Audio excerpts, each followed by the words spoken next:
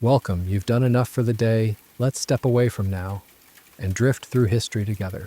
Close your eyes, take a deep breath, and let the weight of the world slowly slip off your shoulders. As you sink deeper into your bed, imagine the softest of breezes, carrying with it the stories of civilizations long past, ready to lull you into a peaceful slumber. In the cradle of civilization, ancient Mesopotamia, the land between the rivers, the Tigris and Euphrates, life was a delicate dance with nature. As the sun set, casting a warm, golden glow over the mud brick villages, families would begin to prepare for the night. Their beds, simple yet functional, were made from woven reeds. The texture of the reeds was rough, but over time, with the addition of animal hides and soft woolen blankets, they became a place of comfort. The night air carried the earthy scent of the fertile soil, mixed with the sweet aroma of burning incense made from local herbs. It was a smell that signaled the end of the day's toil and the beginning of rest. The sounds of the village were a gentle symphony, the lowing of oxen in their pens, the soft chatter of neighbors bidding each other good night, and the distant crackling of small fires as people roasted their evening meals. The Mesopotamians believed that the gods watched over them as they slept. Before lying down, they would offer a silent prayer, their eyes turned towards the star-filled sky. They saw the stars as the eyes of the gods, twinkling down upon them, ensuring their safety through the night. Children would snuggle close to their parents, listening to stories of the great gods like Anu and Enlil, tales that were told in soft, hushed voices, slowly lulling them into a deep, dreamless sleep. The moonlight would filter through the small windows of their homes, casting a pale, silvery glow on the stone floors and the sleeping forms within. Far to the south, in the land of the pharaohs, ancient Egypt, sleep was a sacred ritual. The Egyptians took great care in preparing for the night. Their beds were often works of art, made from intricately carved wood. The wealthy had beds adorned with gold and precious stones, while the common folk had simpler versions, but all were designed with comfort in mind. Mattresses were stuffed with soft cotton and covered with linen sheets, so smooth and cool against the skin. Before bedtime, many would take a bath in a small, shallow basin filled with water scented with lotus flowers and frankincense. The oils from the flowers would coat their skin, leaving behind a lingering, sweet fragrance. As they lay down, they would place amulets under their pillows, believing these small charms would protect them from evil spirits that roamed the night. The sounds of the Nile River, with its gentle lapping against the banks, provided a constant, soothing backdrop. The occasional call of a night bird or the rustling of palm fronds in the breeze added to the tranquility. The Egyptians believed that dreams were a gateway to the spirit world, a place where they could communicate with their ancestors. Under the light of the full moon, the pyramids and temples stood silent and watchful, as if keeping guard over the sleeping inhabitants of the land. In the mountains and valleys of ancient Greece, sleep was intertwined with mythology and the natural world. The Greeks built their beds from sturdy wood, often with decorative carvings of gods and goddesses. Mattresses were stuffed with wool or feathers, creating a soft, inviting place to rest. Before sleep, people would often take a leisurely stroll through their gardens, breathing in the fragrant scents of olive trees, lavender, and rosemary. They believed in Hypnos, the god of sleep, and would sometimes leave offerings of honey or milk near their beds, hoping to earn his favor and ensure a peaceful slumber. The sounds of the Aegean Sea crashing against the shore, the chirping of crickets in the fields, and the soft murmur of the wind through the ancient ruins filled the night air. As they lay under the stars, the Greeks would look up at the constellations, seeing the stories of their gods and heroes played out in the sky above. They believed that their dreams were messages from the gods, and they would fall asleep with a sense of wonder and anticipation. In medieval Europe, within the walls of grand castles and humble cottages alike, the approach to sleep was shaped by faith and tradition. In the monasteries, monks slept on simple straw mattresses placed on cold stone floors. Their cells were small and sparse, with only a small window to let in the moonlight. Before bed, they would gather in the chapel for vespers, their voices chanting in unison, a low, continuous hum that seemed to fill the entire building. The monks believed that sleep was a time for reflection and spiritual renewal. They would pray before lying down, asking for forgiveness of their sins and protection from the darkness. The only sounds in the monastery at night were the soft breathing of the monks and the occasional ticking of the large ancient clock in the courtyard. The air was filled with the faint smell of burning candles and the musty scent of old books and manuscripts. In the villages, people slept on beds made from wooden frames with ropes stretched across them, on which straw or feathers were placed. Families would huddle together for warmth, especially during the cold winter months. The night was filled with the sounds of barking dogs, the howling of wolves in the distance, and the crackling of fires as people tried to keep the cold at bay. They believed in fairies and goblins that might visit them in their sleep, and some would place iron objects under their beds to ward off these mischievous spirits. Across the vast oceans, among the indigenous civilizations, sleep was a deeply spiritual experience. In teepees and longhouses, beds were made from layers of animal hides and soft furs. The hides carried the scents of the earth and the animals, a familiar and comforting aroma. Before sleep, the people would gather around the fire, its embers glowing a soft red. They would sing gentle songs, their voices rising and falling in a slow, rhythmic pattern. These songs were not just melodies, they were prayers, asking the spirits of the land, the animals, and the ancestors to watch over them during the night. They placed small bundles of sage or sweetgrass near their sleeping areas. The smoke from these herbs was believed to purify the space and invite good dreams. The sounds of the forest at night were their lullaby. The hoot of an owl, the rustling of leaves as small animals scurried about, and the distant howl of a wolf. The indigenous people saw sleep as a time to journey to other worlds, to receive wisdom and guidance from the spirits. Under the light of the moon, their camps were filled with a sense of peace and connection to the natural world. In the ancient lands of China, sleep was a harmonious blend of nature and tradition. Beds were often wooden platforms with soft mattresses stuffed with cotton or silk. The Chinese believed in the balance of yin and yang, and their sleep rituals were designed to maintain this harmony. In the evenings, families would burn incense made from chrysanthemum, mugwort, and other herbs. The sweet, earthy fragrance filled the air, creating a sense of calm and tranquility. Children would listen to stories of the great philosophers like Confucius and Lao Tzu, tales that were told in a slow, rhythmic voice like the gentle flow of a river. The Chinese believed that dreams could be a way to communicate with the ancestors, and they would place jade stones near their beds, as jade was seen as a symbol of purity and protection. The sounds of the night in China were the chirping of crickets, the distant tolling of temple bells, and the soft murmur of the wind through the bamboo forests. People would sleep curled up on their sides, in harmony with the natural world around them. In the islands of Japan, as the sun set over the calm seas, the Japanese prepared for sleep with grace and simplicity. Their beds, called futons, were soft mattresses that were laid out on the tatami, matted floors each evening and stored away in the morning. The tatami mats had a unique, grassy smell that was both refreshing and calming. Before bed, many would take a warm bath in a wooden tub, or a furo filled with water scented with yuzu, a citrus fruit. The warm water soothed their muscles, and the fragrance of the yuzu invigorated their senses. They would then put on soft, cotton yukata robes. The Japanese believed in the importance of a peaceful mind for a good night's sleep, and they would often practice meditation or read poetry before lying down. The sound of the waves crashing against the shore, the gentle rustling of the cherry blossom trees in the breeze, and the soft cooing of pigeons in the nearby temples filled the night air. Under the light of the moon, the Japanese would sleep, their minds at ease, ready to be refreshed for the new day that awaited. Let's journey further back in time to a small settlement in the heart of the Indus Valley civilization.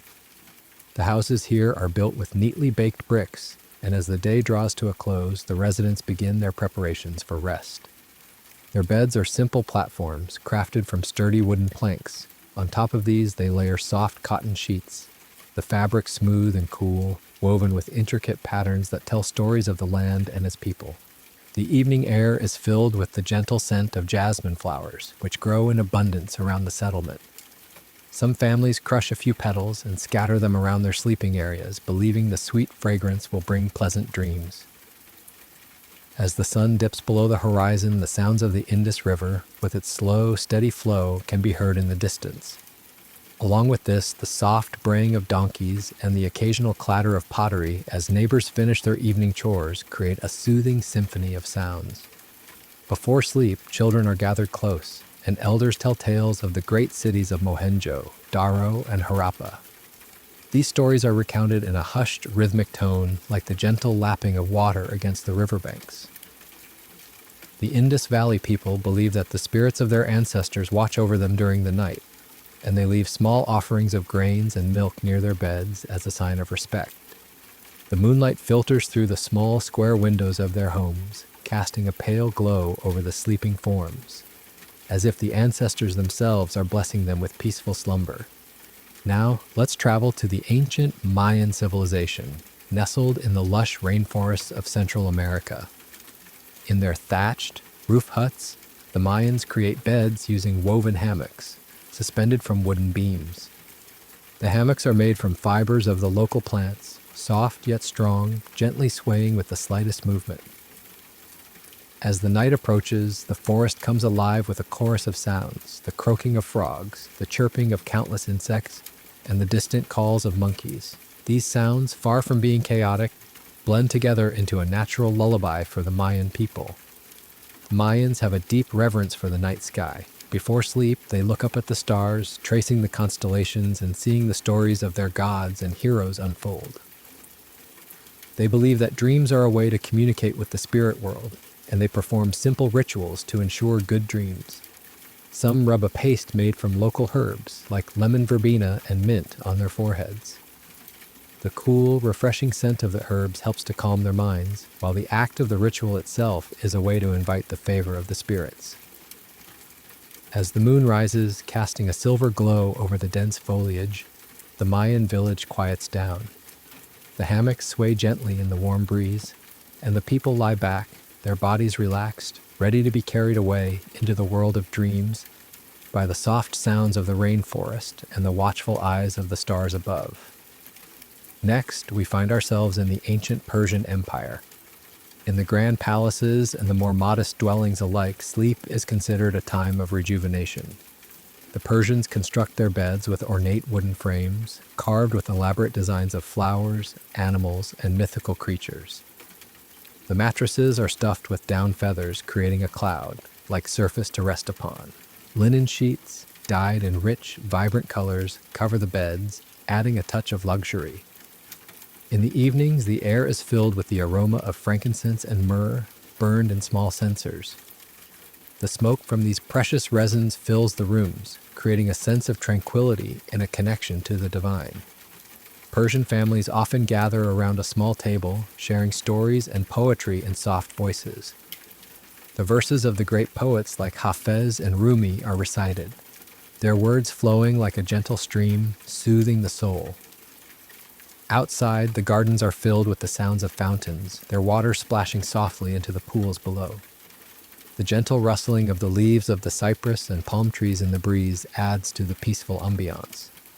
The Persians believe that a good night's sleep is a gift from Ahura Mazda, the supreme god, and they lie down with gratitude in their hearts, ready to be refreshed by the embrace of sleep under the watchful gaze of the moon and stars. Let's journey to the ancient Celtic lands, where rolling green hills and mist-covered forests set the stage for the evening's repose. In their roundhouses, constructed from wattle and daub with thatched roofs, the Celts create beds of comfort. These beds are made with wooden frames, and layers of straw are carefully spread across them, forming a soft base. On top of the straw, sheepskins are laid out, their woolly texture warm and inviting, providing a cozy haven against the damp, cool nights. As dusk descends, the Celts light small fires within their homes. The crackling of the wood fills the air with a smoky, earthy scent, mingling with the natural fragrance of the surrounding wildflowers and herbs.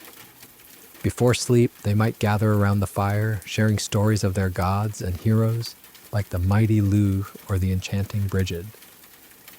These tales are told in a lilting, rhythmic cadence, the words carrying the weight of generations of oral tradition.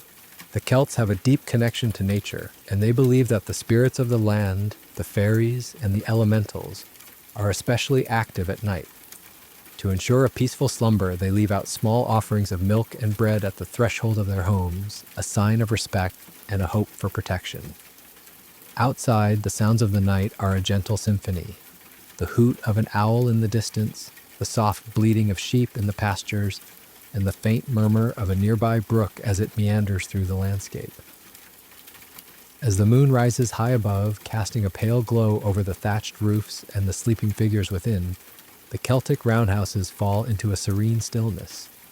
The people lie on their sides, curled up like the crescent moon itself, their dreams filled with visions of the lush landscapes and the spirits that watch over them.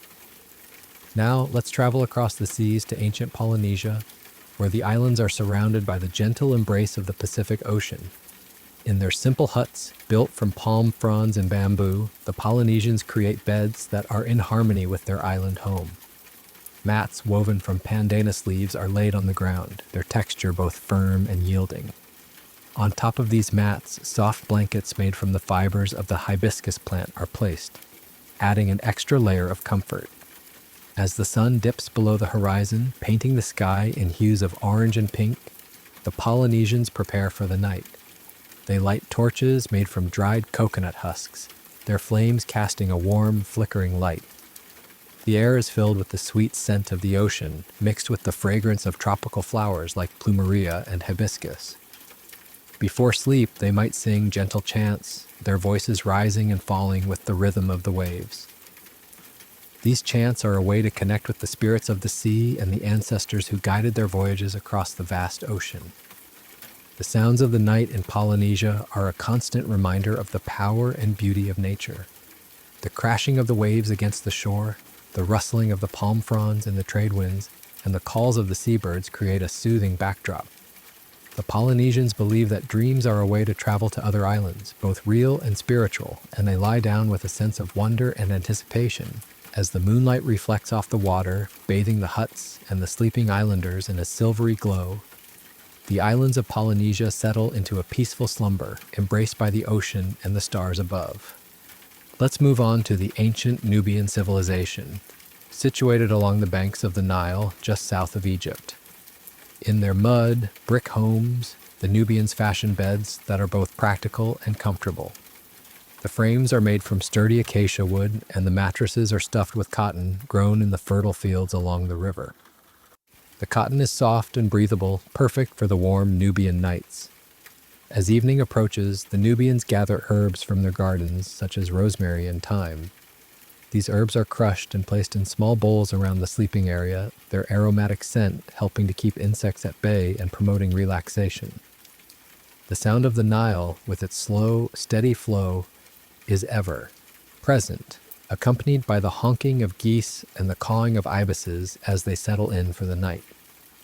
Before sleep, the Nubians tell stories of their gods and goddesses, like Apadimak, the lion-headed god of war and protection. These stories are told in a rich, melodious voice, passed down through generations. The Nubians believe that the spirits of their ancestors watch over them as they sleep, and they place small amulets, carved from stone or bone, under their pillows. As the moon rises over the Nile, casting a glow on the ancient temples and the sleeping villages, the Nubian people lie back, their minds at ease, ready to be carried away by the gentle current of sleep. Let's now travel to the ancient city, states of Sumer, and even earlier civilization within Mesopotamia. Here, in the narrow streets between the ziggurats and marketplaces, families retreat to their homes as the day's heat subsides. Their beds are low to the ground, crafted from interwoven reeds that have been soaked in the waters of the Euphrates, giving them a unique, earthy smell.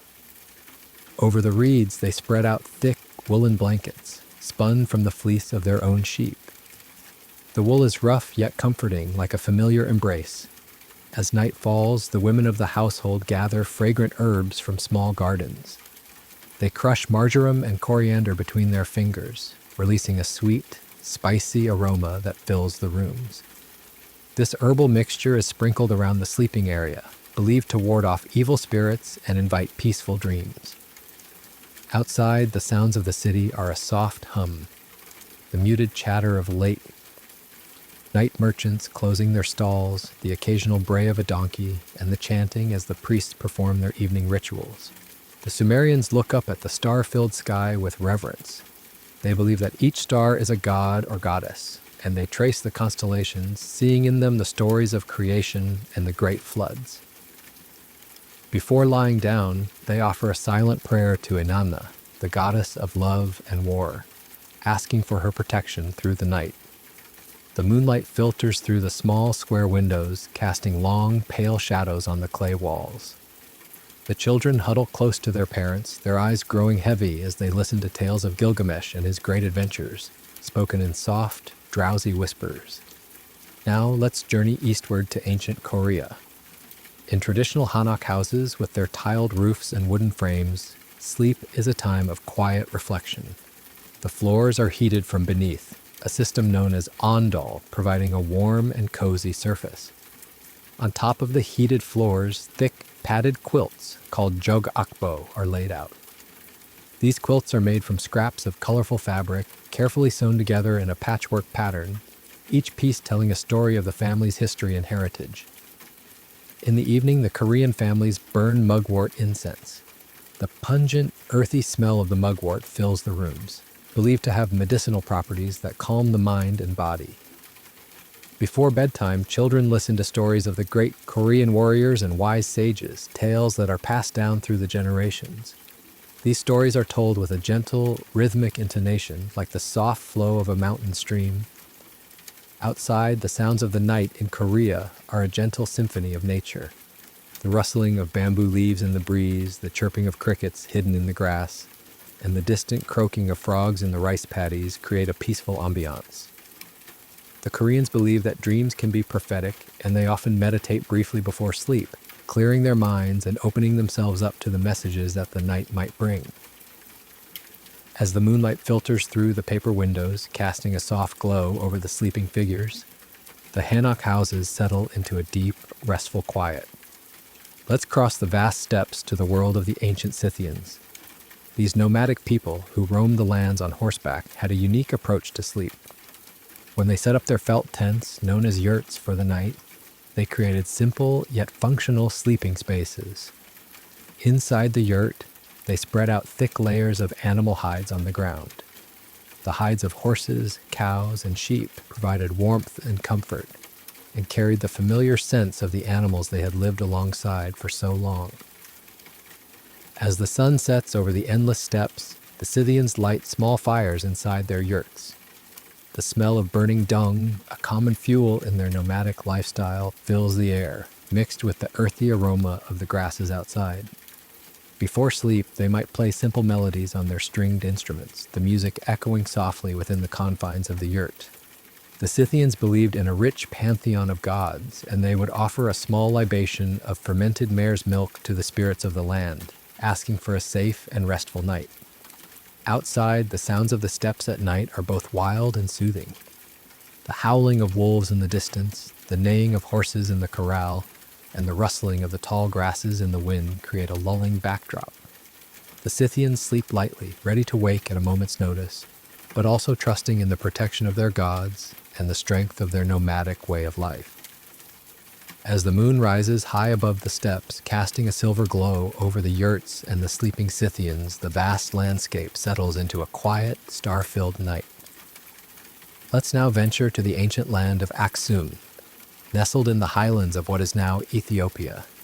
In the stone-built houses and hilltop fortresses, the people of Aksum prepare for the night as the sun dips behind the rugged mountains. Their beds are sturdy platforms crafted from local wood and adorned with carvings of lions and serpents, symbols of power and protection.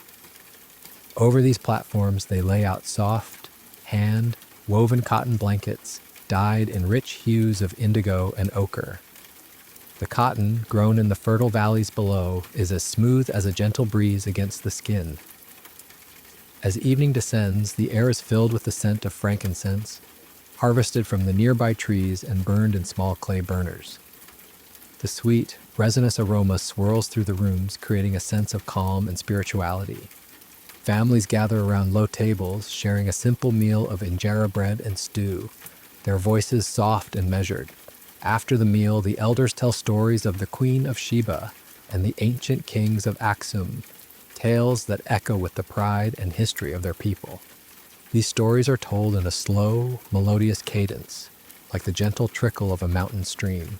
Outside, the sounds of the Aksumite night are a harmonious blend of nature and human activity. The distant bleating of goats in the pastures, the rhythmic thud of pottery being made in a nearby workshop, and the soft chanting from the local churches all combine to create a soothing symphony. The Aksumites believe that the spirits of their ancestors watch over them from the stars, and as they look up at the clear night sky, they see the constellations as a map of their heritage. Before sleep, they say a quiet prayer, asking for guidance and protection through the night.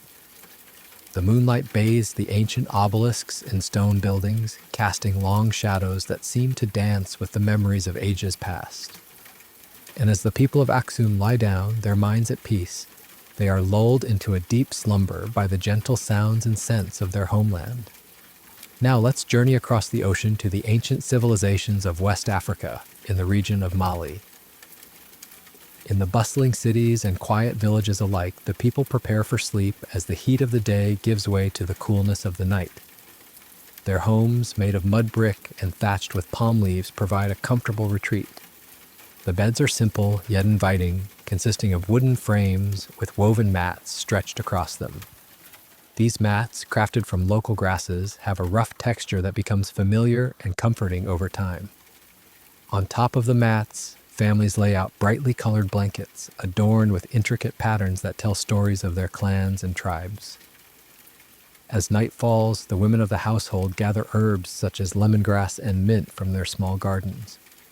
They crush the herbs and place them in small bowls around the sleeping area, their fresh, invigorating scent helping to keep insects away and promoting relaxation. In the streets, the sounds of drums and flutes can be heard in the distance, as musicians play soft, rhythmic melodies to celebrate the end of the day.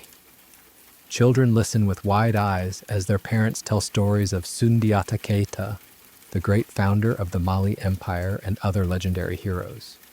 These stories are filled with wisdom and lessons and are told in a lively yet gentle manner, with the occasional pause to let the imagination wander. The Malians have a deep connection to the spirits of the land and the ancestors. Before sleep, they might perform a simple ritual, lighting a small candle and offering a few words of gratitude and prayer. They believe that the spirits are especially active at night, and that by showing respect they will be granted peaceful dreams and protection. Outside, the sounds of the night are a rich tapestry, the chirping of crickets, the barking of dogs, and the soft murmur of people as they make their way home. The moonlight illuminates the mud brick buildings, giving them an otherworldly glow.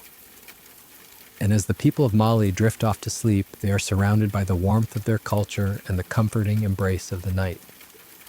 Let's move on to the ancient civilization of the Olmecs in the lush lowlands of what is now southern Mexico. In their small villages built near the banks of rivers and surrounded by dense jungles, the Olmecs create sleeping spaces that are in tune with their natural environment. Their beds are made from wooden planks raised slightly off the ground to keep them dry and away from insects. On the planks, they lay out thick layers of animal skins, such as jaguar or deer hides, which not only provide comfort, but also carry a sense of power and connection to the animals of the jungle. As the sun sets, casting a warm orange glow over the landscape, the Olmecs prepare for the night. They light small fires using dried palm fronds, and the smoke from the fires helps to keep mosquitoes at bay. The air is filled with the earthy smell of the jungle, mixed with the sweet fragrance of blooming flowers. Before sleep, the Olmecs might engage in a simple dance, their movements slow and fluid, as if mimicking the swaying of the trees in the breeze. This dance is a way to honor the spirits of the jungle and to seek their favor for a restful night. Children listen intently as their elders tell stories of the Olmec gods, such as the were, jaguar, a mysterious and powerful deity. These stories are told in a hushed tone, with the flickering light of the fire casting shadows on the storyteller's face, adding to the sense of mystery. The sounds of the jungle at night are both vibrant and calming, the calls of howler monkeys, the croaking of frogs, and the rustling of leaves as small animals move through the underbrush. The Olmecs believe that dreams are a way to communicate with the spirit world, and they look forward to the night with a sense of anticipation. As the moonlight filters through the dense canopy of the jungle, casting a dappled light over the sleeping Olmecs, the village is enveloped in a peaceful silence, broken only by the gentle sounds of the natural world. Let's journey to the ancient land of Kush, located along the banks of the Nile, south of Egypt. In the bustling towns and serene villages of Kush, the people's homes are constructed from mud bricks and thatched with reeds. Their beds are simple yet functional, with wooden frames supporting mattresses stuffed with soft cotton.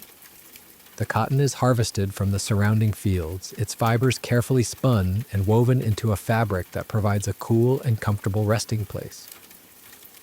As the day draws to a close, the Kushites gather aromatic herbs like cinnamon and myrrh from their gardens. These herbs are crushed and placed in small clay pots, which are then set near the beds.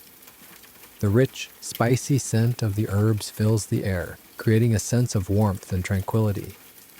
Families come together in the evening, sharing stories of their ancestors who once ruled over this prosperous land. The tales are recounted in a slow, rhythmic manner, passed down through generations and accompanied by the gentle strumming of a lute-like instrument. Outside, the sounds of the Nile River are a constant presence. The water laps against the riverbanks, creating a soothing, repetitive melody. The occasional honk of a passing flock of geese and the rustling of palm fronds in the breeze add to the peaceful ambiance. The Kushites believe that the spirits of the Nile watch over them as they sleep, and they offer small prayers of gratitude before lying down. The moonlight reflects off the river's surface, casting a shimmering glow on the walls of their homes and the faces of the sleeping inhabitants. Now, let's travel to the ancient Japanese archipelago, to a time before the grandeur of the imperial courts. In the small fishing villages dotted along the coastline, the houses are built close together, with thatched roofs that slope gently to protect against the rain. The beds are made from wooden planks, covered with soft mats woven from rush grasses. These mats have a unique, earthy smell that is both calming and familiar. As evening approaches, the villagers return from the sea, their boats laden with the day's catch. After a simple meal of grilled fish and steamed rice, they prepare for sleep. They light small lanterns made from paper and bamboo, which cast a warm, soft glow over the rooms. The air is filled with the salty scent of the ocean, mixed with the aroma of seaweed drying in the breeze. Before bedtime, the fishermen tell stories of the great sea monsters and the kind spirits that guide them on their voyages. These stories are told in hushed voices, with the sound of the waves crashing against the shore in the background, like a never-ending lullaby.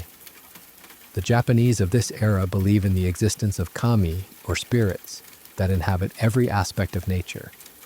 They place small offerings of rice and sake at the entrance of their homes, hoping to appease the kami and ensure a peaceful night.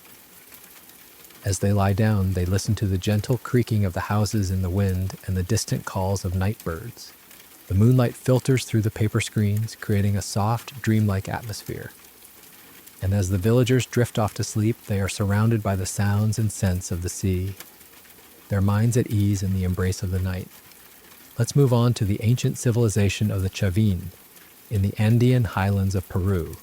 In their stone, built temples and small settlements, the Chavin people create beds that are a blend of comfort and spiritual significance. The beds are made from stone platforms, which are then covered with layers of llama wool blankets. The wool is thick and warm, providing insulation against the cold mountain nights, and its texture is soft and inviting. As the sun sets behind the snow-capped peaks, the Chavin prepare for the night. They light fires using dried alpaca dung, which burns with a slow, steady heat. The smoke from the fires fills the air with a slightly earthy smell, mixed with the fragrance of local herbs like coca leaves. Before sleep, the people gather in small groups to perform simple rituals, chanting and playing flutes made from bone. These rituals are a way to connect with the spirits of the mountains and the ancestors, and to seek their protection during the night. Children listen intently as their elders tell stories of the Chavin de Huantar, the great temple complex, and the powerful gods that dwell within. These stories are filled with vivid descriptions of the mountain landscapes and the magical creatures that roam the forests. The sounds of the night in the Andean highlands are a symphony of nature. the howling of wolves in the distance, the rushing of mountain streams, and the soft bleating of llamas in the pastures. The Chavin believe that dreams are a way to journey to the spirit world, and they lie down with a sense of anticipation, ready to be carried away by the magic of the night, giving them an otherworldly glow as the Chavin people drift off into a deep, restful slumber. Let's journey to the ancient land of the Phoenicians, whose bustling port cities dotted the shores of the Mediterranean. In their multi-storied homes built from stone and wood, the Phoenicians crafted beds that combined functionality with a touch of luxury. The frames were often made of intricately carved cedar wood, sourced from the lush forests of Lebanon. These beds were adorned with mattresses stuffed with down feathers, providing a soft and cloud-like surface to rest upon. Fine linen sheets, dyed in rich colors obtained from their famous purple dyes, covered the beds, adding a sense of opulence. As the sun began to set over the sea, casting a warm golden hue across the city, the Phoenicians would start their evening preparations. They would light small lamps filled with olive oil, and the soft, flickering glow would fill the rooms. The air was filled with the enticing aroma of spices and herbs as families gathered for their evening meals. Dishes were often seasoned with cinnamon, cardamom, and coriander, and the smell would waft through the narrow streets, mingling with the salty scent of the sea. After the meal, the Phoenicians would engage in quiet conversations, sharing tales of their far-reaching sea voyages and the strange lands they had encountered. The children would listen with wide eyes as their parents spoke of the mysterious islands in the Atlantic and the vast deserts of Africa. These stories were told in a slow, measured tone, with pauses that allowed the imagination to wander.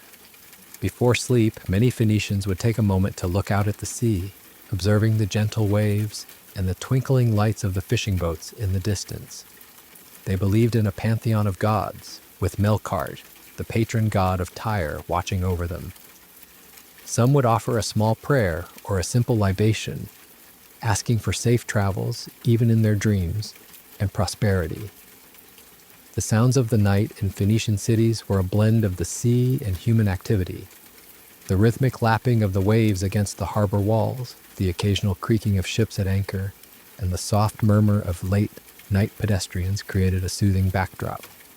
As they lay in their comfortable beds, the Phoenicians would feel the gentle sea breeze coming through the windows, carrying with it the promise of new adventures and peaceful dreams. The moonlight would reflect off the Mediterranean, casting a silvery glow over the city, and slowly the Phoenician homes would fall into a tranquil silence as their inhabitants surrendered to the embrace of sleep. Now, let's travel to ancient Korea, to the Joseon dynasty. In the traditional hanok houses with their elegant tiled roofs and wooden pavilions, the approach to sleep was steeped in tradition and a sense of harmony. The floors were heated by the ondol system, where smoke from the kitchen fires passed through channels beneath the floor, creating a warm and cozy surface. On these heated floors, thick, padded quilts called jogakbo were laid out. These quilts were not only for warmth, but also works of art, made from scraps of silk and cotton fabric, carefully stitched together in beautiful patchwork patterns. As the evening descended, the household would light paper lanterns, which cast a soft, diffused light.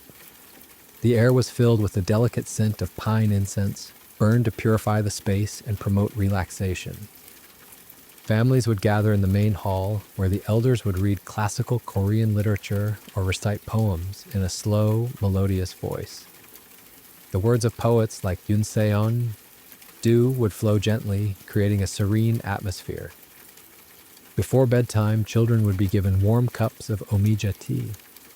The sweet and slightly tart taste of the tea was believed to calm the mind and body. The adults would engage in quiet meditation, sitting cross-legged and focusing on their breathing, letting go of the day's worries. Outside, the sounds of the night in a Joseon-era village were a gentle symphony. The distant barking of dogs, the soft rustling of leaves in the bamboo groves, and the occasional gong strike from the village watchman added to the peaceful ambiance.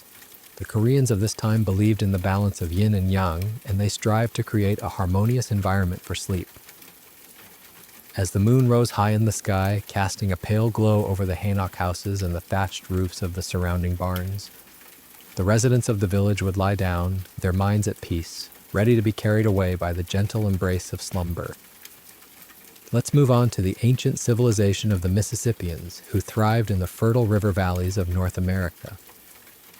In their large, earthen, walled towns and thatched roof homes, the Mississippians made beds from simple yet effective materials. Wooden frames were covered with woven mats made from reeds harvested from the riverbanks. On top of these mats, they placed animal hides, such as deer or buffalo, which provided warmth and comfort. As the sun set over the Mississippi River, casting long shadows across the fields, the Mississippians would begin to wind down for the day. They would gather around large communal fires, roasting corn and venison. The smell of the roasting meat, mixed with the earthy scent of the firewood, filled the air. After the meal, the elders would tell stories of the creation of the world, of the great spirits that lived in the rivers and the forests, and of the heroic deeds of their ancestors. These stories were told with great passion, but in a slow, rhythmic manner that held the listeners in a spell. Before sleep, the Mississippians would perform simple rituals to honor the spirits of the land. They would burn sage and sweetgrass, the smoke rising up to carry their prayers to the heavens.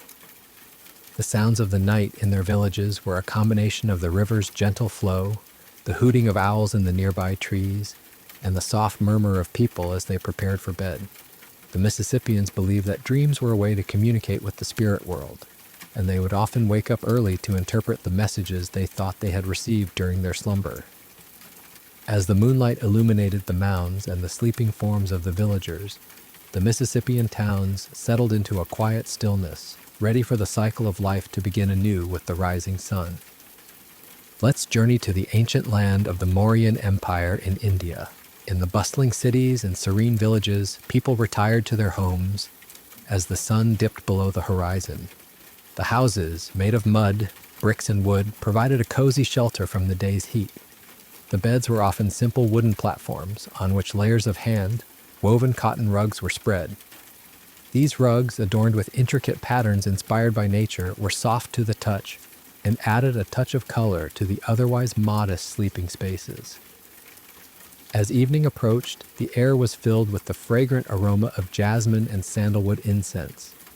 Families would light small clay lamps filled with sesame oil, and the warm, flickering glow would create a peaceful ambiance. Before bedtime, many would gather in the courtyard and listen to the recitation of ancient Vedic scriptures.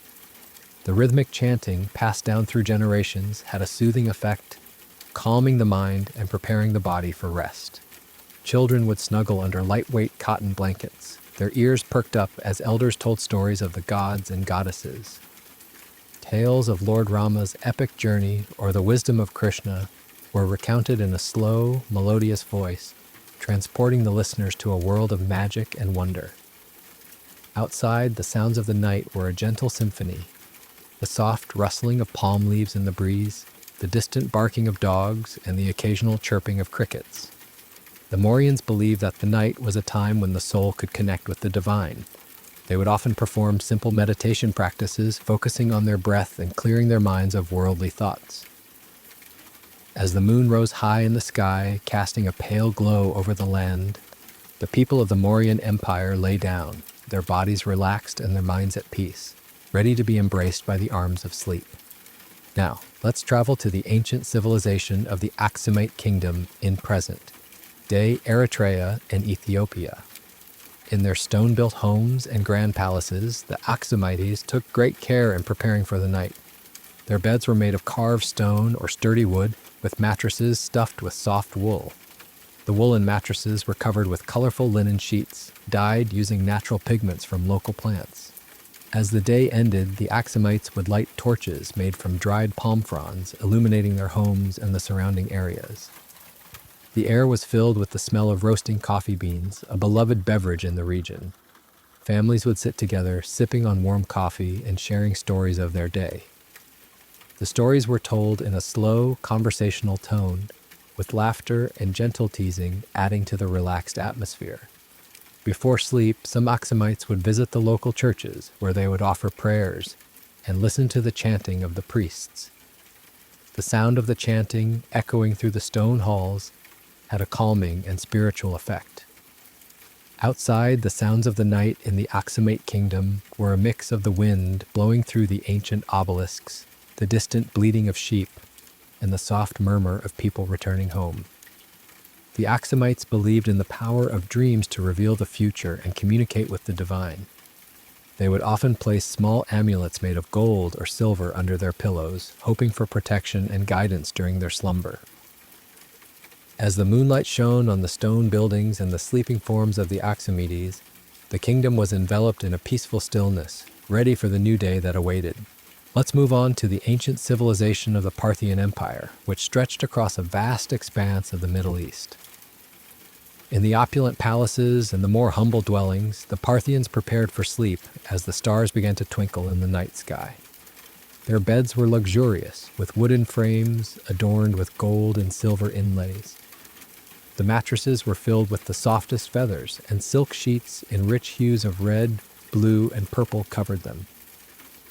As evening fell, the Parthians would burn incense made from a blend of rare spices such as saffron and cinnamon. The sweet, exotic aroma filled the rooms, creating a sense of indulgence and relaxation. Before bedtime, noble families would gather in their private chambers where musicians would play soft melodies on stringed instruments like the barbat. The music, with its gentle rhythms, soothed the soul and lulled the listeners into a state of tranquility. Children would listen intently as their parents told stories of the great Parthian warriors and their heroic battles. These stories, though filled with tales of bravery, were told in a calm and measured tone, emphasizing the values of honor and loyalty. Outside, the sounds of the night in the Parthian Empire were a combination of the wind whistling through the desert sands, the distant neighing of horses in the stables, and the soft footsteps of the palace guards on their rounds. The Parthians believed in a pantheon of gods and goddesses, and they would often offer prayers to Mithra, the god of light and truth, before sleep. They hoped that Mithra would protect them from evil spirits and grant them peaceful dreams. As the moonlight cast a silver glow over the palaces and the sleeping Parthians, the empire settled into a quiet repose, ready to face the challenges and joys of a new day.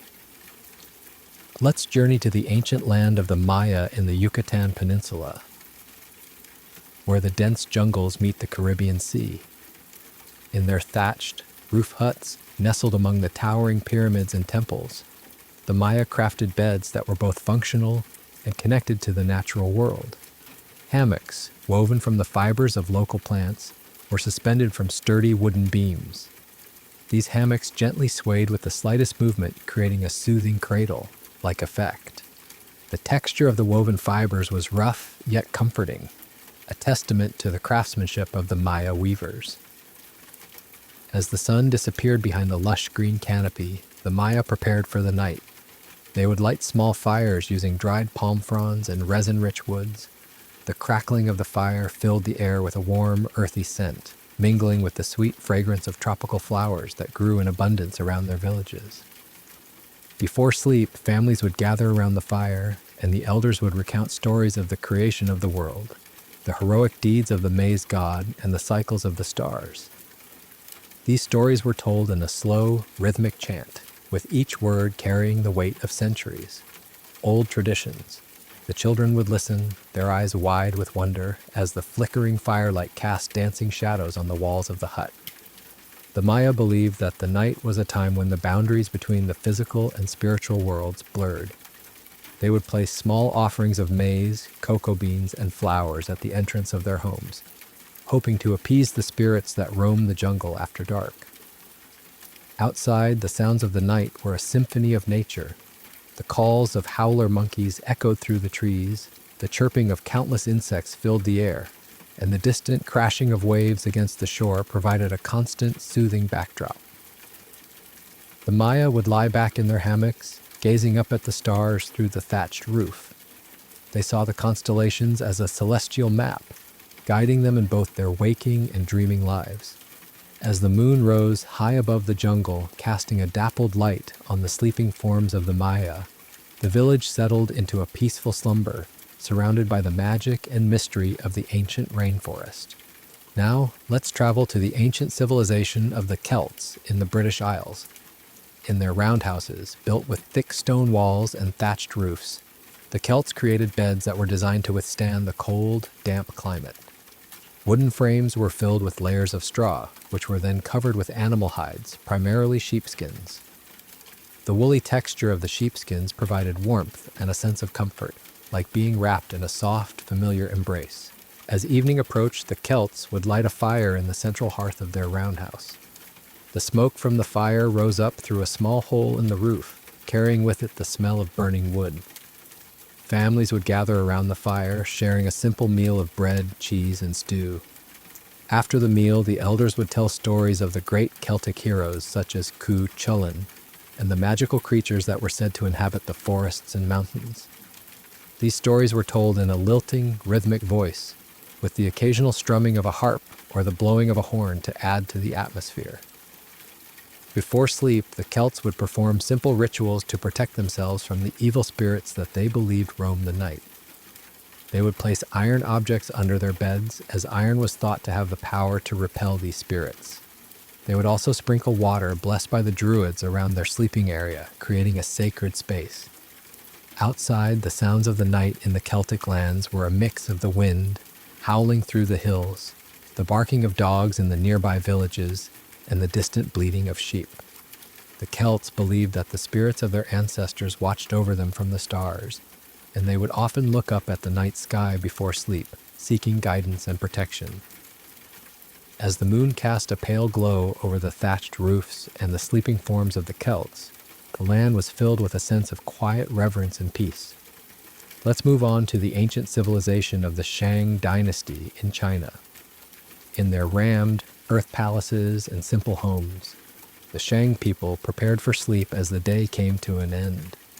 Their beds were made of wooden platforms, which were raised slightly off the ground. On these platforms, they placed mattresses stuffed with silk floss or cotton, creating a soft and luxurious surface to rest upon. The mattresses were covered with intricately embroidered silk sheets, adorned with patterns of dragons, phoenixes, and other auspicious symbols. As evening fell, the Shang people would burn incense made from a blend of herbs, such as sandalwood, frankincense, and myrrh.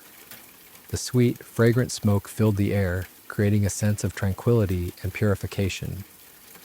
Before bedtime, families would gather in the main hall of their home, where the head of the family would perform a simple ritual, offering prayers to the ancestors and the gods. Children would listen attentively as their parents told stories of the great Shang kings and the legends of the Yellow Emperor. These stories were told in a slow, measured tone, with each word carefully chosen to convey the wisdom and history of the Shang people. Outside, the sounds of the night in the Shang dynasty were a combination of the chirping of crickets, the distant barking of dogs, and the soft murmur of people as they made their way home. The Shang people believed that dreams were a way to communicate with the ancestors and the gods. They would often pay close attention to their dreams, interpreting them as signs and omens. As the moon rose high in the sky, casting a gentle glow over the palaces and the sleeping forms of the Shang people, the land was filled with a sense of mystery and reverence for the spiritual world.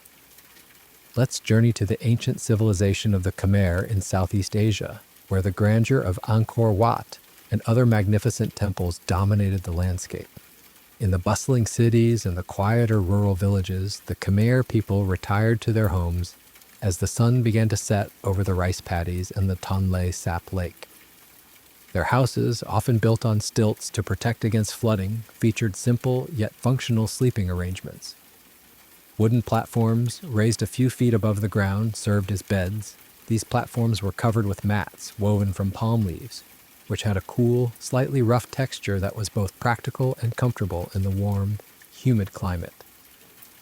As evening approached, the air was filled with the gentle fragrance of jasmine and frangipani flowers, which grew abundantly in the gardens surrounding the homes. Families would light small oil lamps made from clay, and the soft, flickering light would create a cozy and inviting atmosphere. Before bedtime, many would gather in the courtyard to share a meal of steamed rice, fish amak, a traditional Khmer dish, and various vegetables. The conversation was slow and relaxed, with stories of daily life, the gods, and the great deeds of the Khmer kings being passed around. Children would listen intently as the elders recounted tales of the Hindu gods like Vishnu and Shiva, who were central to Khmer religious beliefs. These stories were told in a soft, lilting voice, with pauses that allowed the young ones' imaginations to wander. After the meal, some would take a leisurely stroll around the village, enjoying the cool evening breeze and the sight of fireflies dancing among the trees. The Khmer believed that the spirits of the ancestors and the gods were especially active at night. To ensure a peaceful sleep, they would leave small offerings of fruit and flowers at shrines near their homes. Outside, the sounds of the night were a symphony of nature and human activity. The croaking of frogs in the rice paddies, the gentle lapping of the lake's water against the shore, and the occasional chanting from the nearby temples created a soothing backdrop. As the moon rose higher, casting a pale glow over the temple's stone carvings and the sleeping forms of the Khmer people, the land settled into a serene stillness. Now, let's travel to the ancient land of the Olmecs, further into the heart of Mesoamerica. In their small, clustered villages hidden within the lush, tropical rainforests, the Olmecs constructed beds that were in harmony with their natural surroundings. Low, the lying wooden frames were the base of their beds, upon which they laid out layers of animal hides, predominantly those of jaguars, deer, and monkeys. The hides not only provided comfort, but also held spiritual significance, as the Olmecs revered these animals and believed they possessed powerful qualities. As the sun disappeared behind the thick canopy of trees, the Olmecs would start their evening rituals. They would light small fires using dried branches and leaves, and the smoke would rise, carrying with it the earthy scent of the forest.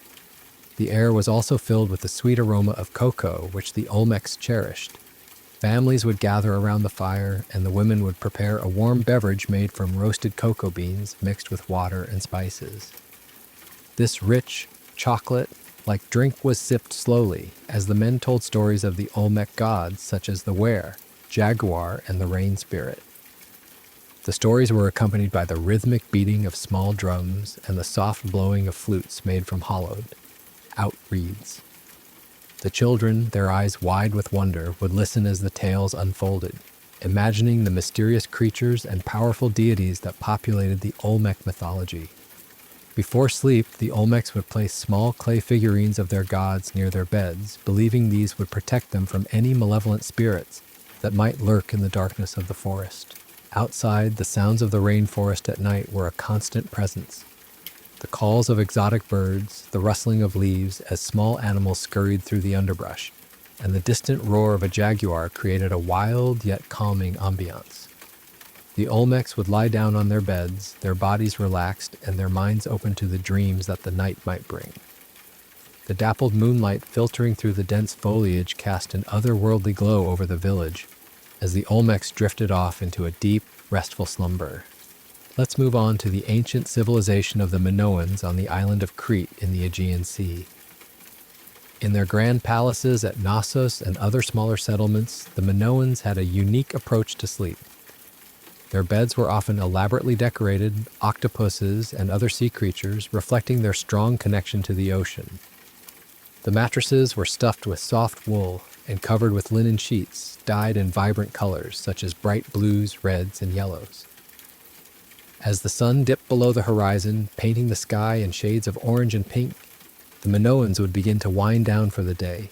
They would light oil lamps made from terracotta, which were shaped like shells or fish, adding to the aesthetic appeal of their homes.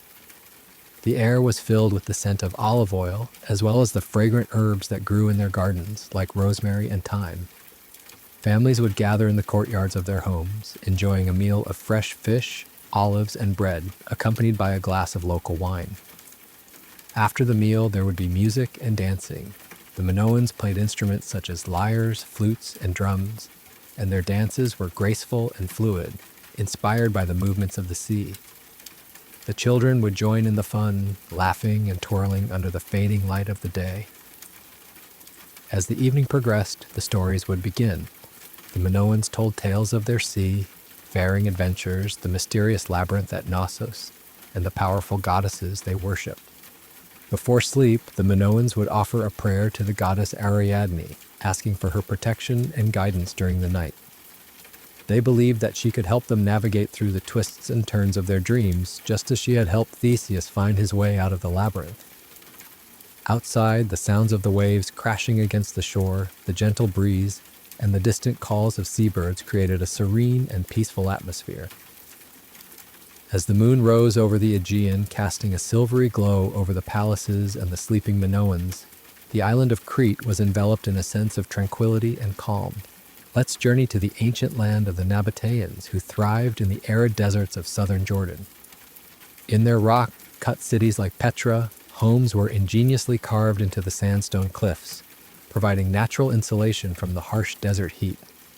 Their beds were simple, yet well-suited to the environment. Wooden frames were placed on raised platforms to keep them away from the sandy ground, and were covered with thick, woven woolen blankets. These blankets, dyed in earthy tones of brown, beige, and terracotta, not only provided warmth during the cool desert nights, but also added a touch of comfort to the otherwise stark living spaces. As the sun began its descent, casting long shadows over the towering rock facades, the Nabateans prepared for the evening. They would light small braziers filled with charcoal, and the gentle glow illuminated their homes. The air was filled with the rich, smoky scent of burning frankincense, a precious commodity that the Nabateans traded extensively. Families would gather around the brazier, sharing a meal of dates, flatbread, and goat's milk. The conversation was slow and measured, with stories of their long-distance trading caravans and the secrets of the desert passed down from one generation to the next. Before sleep, the Nabateans would take a moment to gaze at the vast expanse of the night sky. They believed that the stars were the spirits of their ancestors, watching over them from above. Some would trace the constellations with their fingers, seeing patterns that told tales of the gods and heroes of their mythology. To ensure a peaceful slumber, they would place small amulets made of carved stone or precious metals near their beds, believing these would ward off evil jinns that were said to roam the desert at night. Outside, the sounds of the desert night were a symphony of stillness broken by the occasional howl of a distant wolf, the soft rustling of sand as a small desert fox scurried by, and the faint whisper of the wind through the rock formations. The Nabateans would lie back on their beds, feeling the coolness of the stone walls around them, and surrender to the embrace of sleep. The moonlight cast an otherworldly glow over Petra, highlighting the intricate carvings on the rock facades as the city settled into a quiet repose. Now let's travel to ancient Vietnam, where the people lived in harmony with the lush landscapes of the Red River Delta and the coastal regions. In traditional stilt houses built to withstand the monsoon floods, the Vietnamese created beds that were both practical and cozy. The beds were made of wooden planks raised on sturdy stilts. On top of the planks, soft mats woven from bamboo strips were laid out, providing a cool and comfortable surface. These mats were often covered with thin cotton blankets, adorned with simple yet elegant embroidery patterns inspired by nature, such as lotus flowers and birds. As evening approached, the air was filled with the aroma of lemongrass, ginger, and other herbs used in Vietnamese cuisine. Families would gather in the main room of the house, preparing a meal of steaming pho, spring rolls, and sticky rice. The sound of chopping vegetables and the gentle simmering of broth created a comforting backdrop. After the meal, the elders would tell stories of the Vietnamese emperors, the legendary founding of the nation, and the heroic deeds of local heroes. These stories were told in a soft, melodious voice, with the occasional pause to let the listeners absorb the wisdom within. Before bedtime, children would be given a warm bath in a wooden tub, the water scented with fragrant leaves from the nearby trees. The Vietnamese believed that this not only cleansed the body but also soothed the mind. They would then change into loose cotton pajamas and listen to lullabies sung by their mothers. The lullabies, with their gentle rhythms and sweet melodies, were like a gentle embrace, slowly lulling the children into a state of drowsiness. Outside, the sounds of the night in Vietnam were a blend of nature and human activity. The croaking of frogs in the rice paddies, the chirping of crickets in the grass, and the distant hum of motorbikes on the village roads created a unique and peaceful ambiance. The Vietnamese believed that the spirits of their ancestors watched over them from the family altars in their homes. They would often bow their heads in respect before the altar, offering a silent prayer for a good night's sleep. As the moon rose over the rice fields and the sleeping villages, casting a soft glow over the stilt houses, Vietnam settled into a quiet and restful night. Let's move on to the ancient civilization of the Inca in the Andes Mountains of South America. In their stone-built cities like Machu Picchu and Cusco, the Inca had beds that were designed to withstand the cold mountain climate. The beds were made of large, flat stones, which were first heated by placing hot coals underneath. Once the stones had absorbed the heat, they were covered with layers of llama wool blankets. The thick, soft wool provided excellent insulation, keeping the Inca warm throughout the frigid nights. As the sun disappeared behind the towering peaks, the Inca would gather around the central hearth in their homes. They would light a fire using dried alpaca dung, which burned slowly and steadily, providing a consistent source of heat. The air was filled with the smell of roasting maize and potatoes, staple foods of the Inca diet. Families would share stories of their great emperor Pachacuti, the construction of the magnificent Inca roads, and the importance of the sun, god Inti, in their lives. These stories were told with reverence, in a slow and rhythmic manner that echoed the cadence of the Andean winds. Before sleep, the Inca would perform a simple ritual, offering a handful of coca leaves to the earth goddess Pachamama. They believed that this would ensure a good harvest and protect them during the night.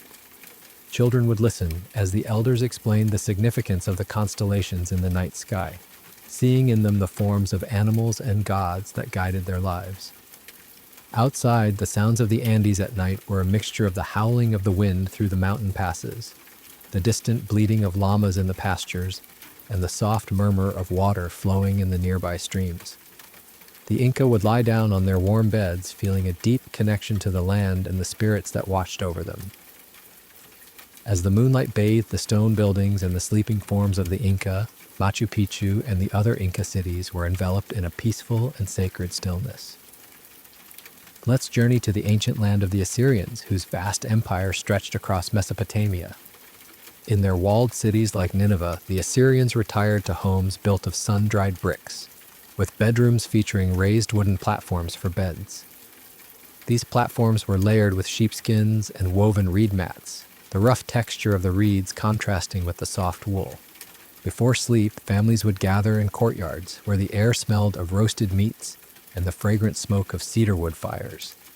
Elders would recite epic tales of Assyrian kings and their conquests, not with drama, but in a monotonous, lulling tone, like the drone of distant oxen plowing fields. Children would trace the carved reliefs on stone walls by lamplight, their eyes heavy as the stories blurred into the hum of crickets beyond the city walls. The Assyrians believed dreams carried messages from Ashur, their chief god, so they placed clay tablets inscribed with prayers under their pillows. As the moon rose over Nineveh's ziggurats, the city's hustle faded to the soft clink of guards' armor and the rustle of palm fronds, easing all into a slow, earthy slumber.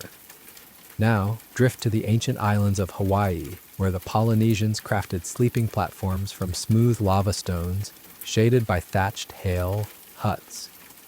Before bed, they'd crushed native herbs like olena, turmeric, and ilima flowers, releasing a warm, peppery scent that filled the hail. Under starlight, families would chant Malay songs honoring Hina, the moon goddess, their voices blending with the rhythmic crash of waves on the reef. Children nestled into mats woven from palm leaves, their surfaces cool and slightly damp from the evening mist. The Polynesians believed sleep was a voyage with ancestors, so they left offerings of taro and coconut at the door, trusting the spirits to guide their dreams. As the Milky Way spilled over the volcanic peaks, the only sounds were the gentle sigh of the trade winds and the distant hoot of the pueo owl, cradling the islands in a soft, salt-kissed quiet. Let's wander to ancient Persia, now Iran, where in the city of Persepolis, nobles slept on silk-draped bedsteads carved with floral motifs. The silk sheets, imported from distant China, slid cool against the skin, while mattresses stuffed with rose petals released a faint, sweet aroma with every shift. Before retiring, they'd sip warm milk infused with saffron and cardamom, their minds soothed by the low murmur of water in the palace's kanats, underground canals. Servants would burn attar of roses in bronze censers, the smoke curling lazily as stories of Shahnameh, the Book of Kings, were read in a drowsy monotone. The Persians believed good sleep was a gift from Ahura Mazda, so they slept on their right sides, facing east toward the rising sun.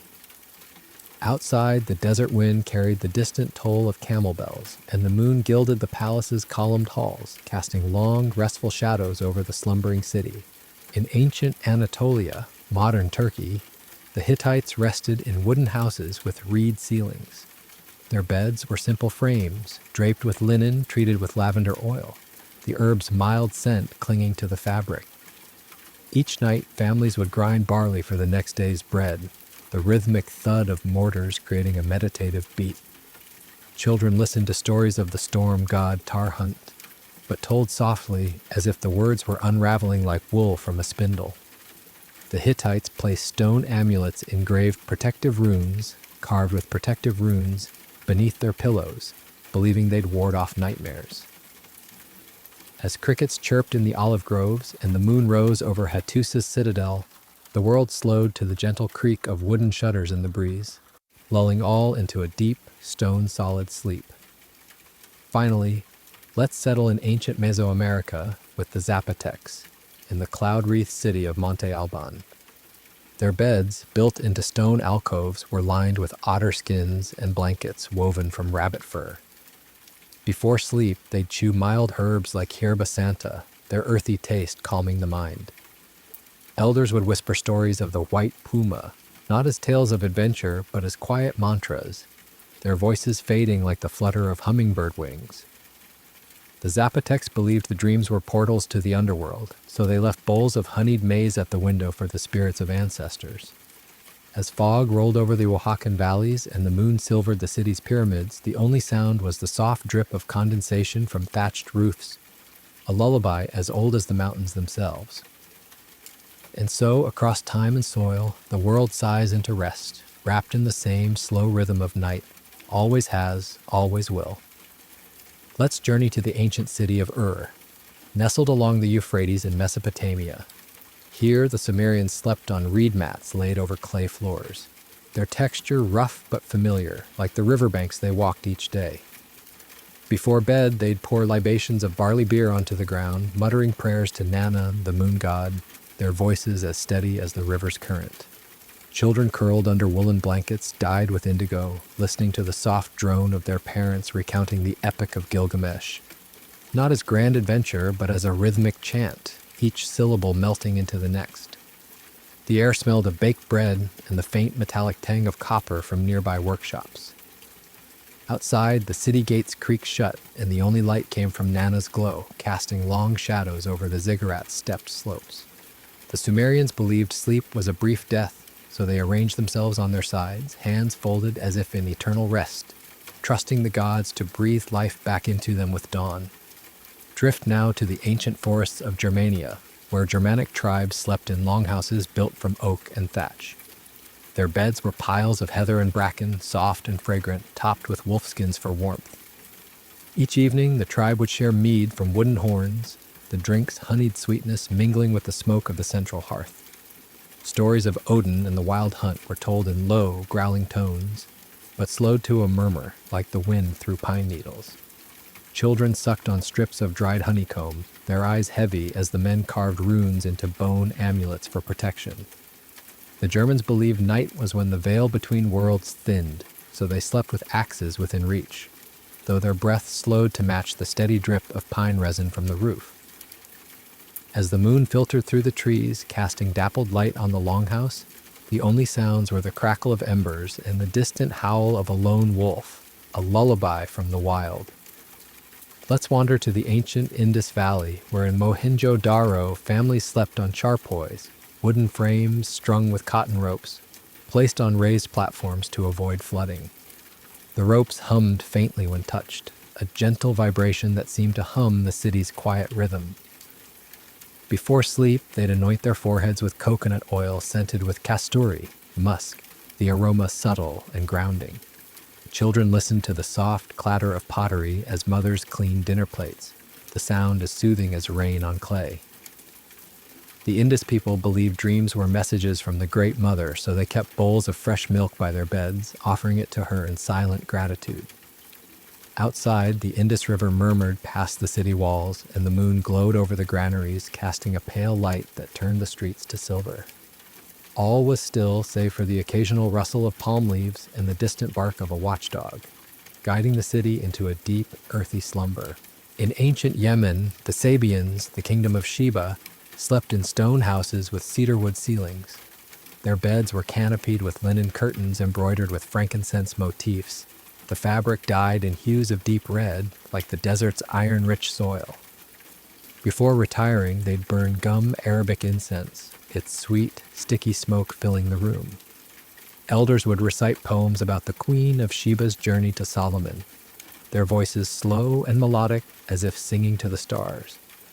The Sabians believed the soul left the body during sleep, so they placed mirrors by the bed to help it find its way back. Outside, the Arabian desert winds carried the scent of jasmine from distant gardens, and the moon rose over Marib's ancient dam, casting shadows that stretched like silent giants across the landscape.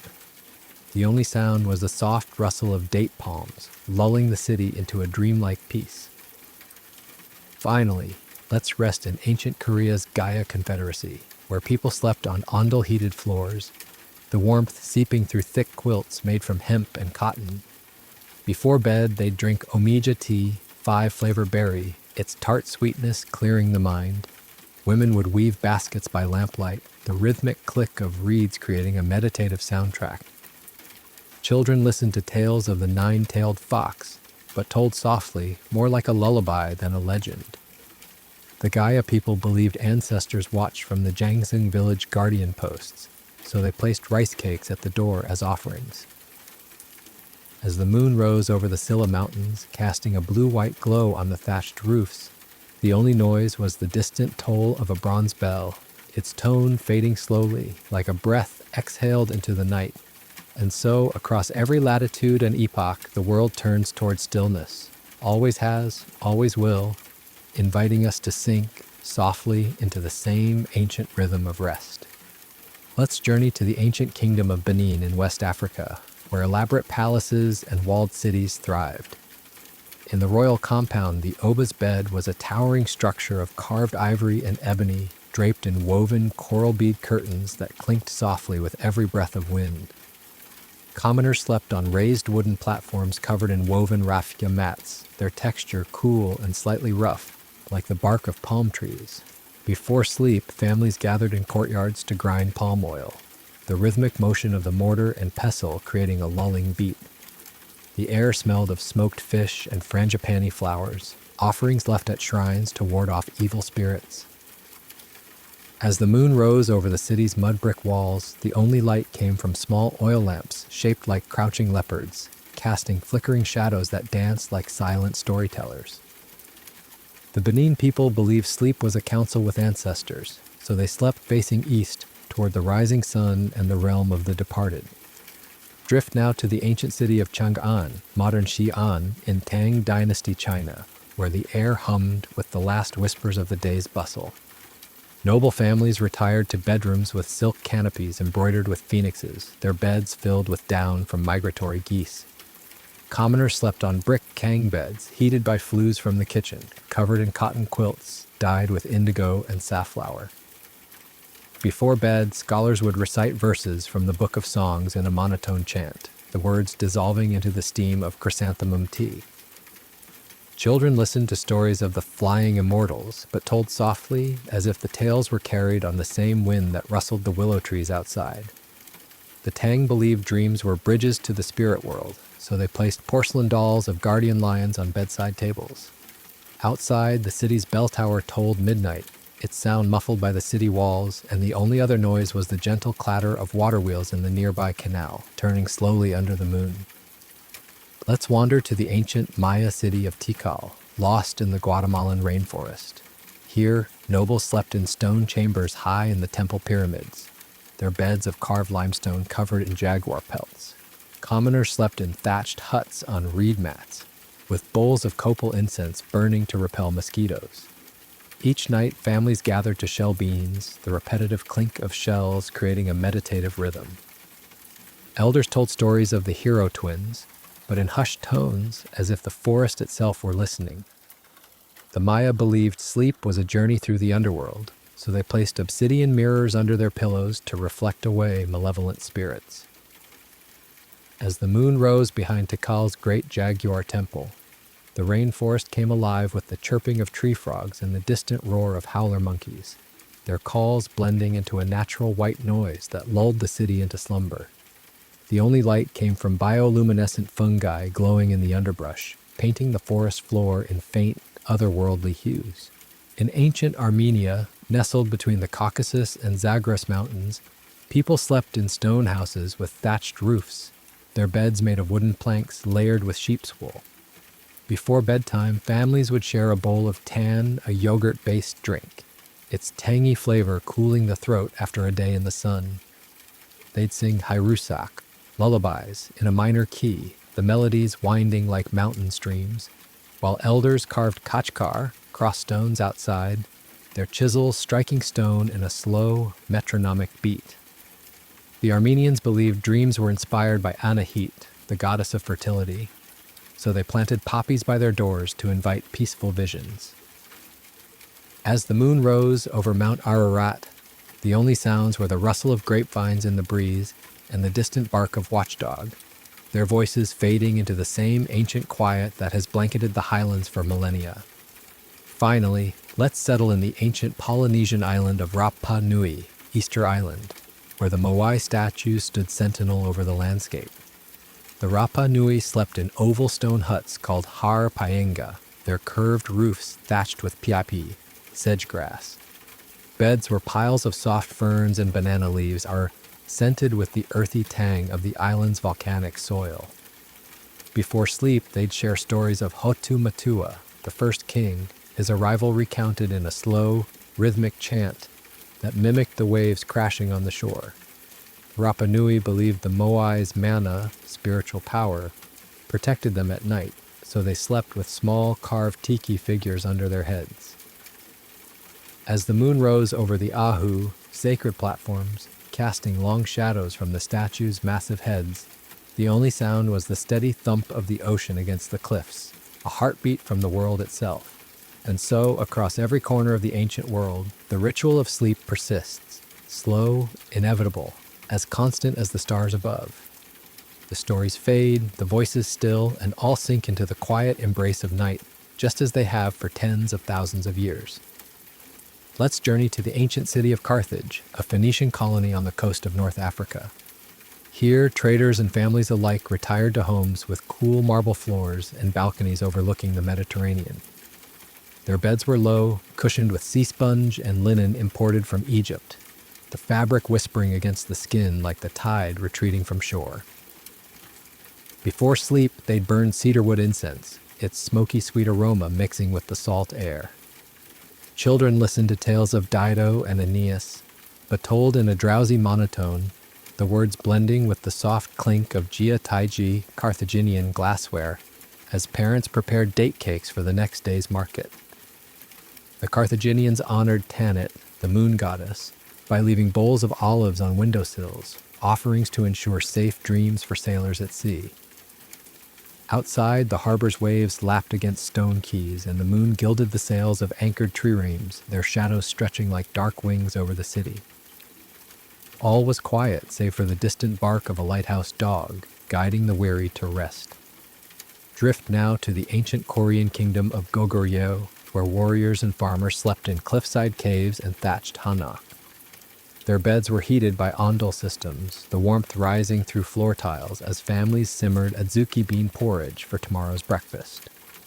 Before bed, women embroidered bojagi, wrapping cloths, by oil lamp, the needle's rhythm steady as a heartbeat. Children listened to stories of the Dragon King of the East Sea, his adventures told softly, as if the words were carried on the same wind that rustled the barley fields outside. The Goguryeo believed ancestors resided in the Jangsung village guardian posts, so they placed mugwort bundles under their pillows to ward off illness. As the moon rose over the Taebek Mountains, the only sounds were the distant clank of blacksmiths finishing their work and the soft hoot of a horned owl, a reminder that even in sleep the world turned slowly on. Let's wander to the ancient island of Sri Lanka, where in the kingdom of Anuradhapura, people slept in wattle and daub houses shaded by mango trees. Their beds were wooden frames strung with coconut fiber, covered in muslin dyed with turmeric for its soothing scent. Before sleep, families would grind cinnamon sticks for tomorrow's curries, the aroma warm and spicy, filling the air.